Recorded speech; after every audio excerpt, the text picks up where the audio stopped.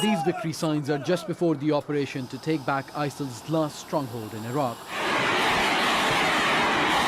Iraqi forces backed by Kurdish Peshmerga and volunteers have begun their advance towards the city of Mosul.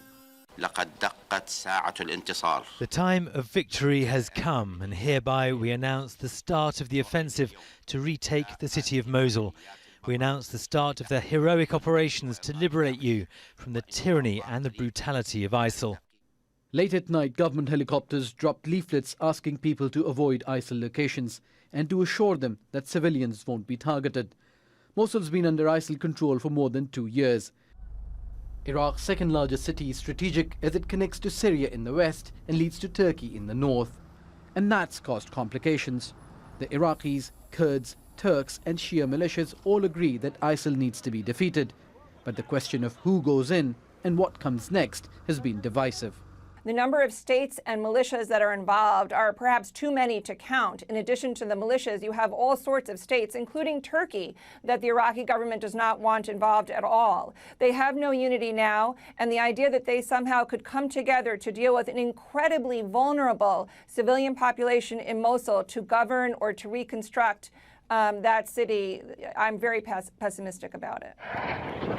ISIL has been posting videos from inside Mosul that appear to show damage to civilian areas. The group has steadily lost large parts of its self-declared caliphate in Iraq and Syria. But many say the loss of territory doesn't necessarily mean that ISIL's been defeated. If you could remove Daesh from Mosul tomorrow, or even from the entirety of the Syria, you're not going to change anything fundamentally, because Daesh is the symptom of the problem, not the cause of the problem. And the causes which paved the way to formation of an organization like Daesh or the so-called Islamic State are still there. The biggest challenge in taking Mosul remains the more than 1 million civilians inside the city.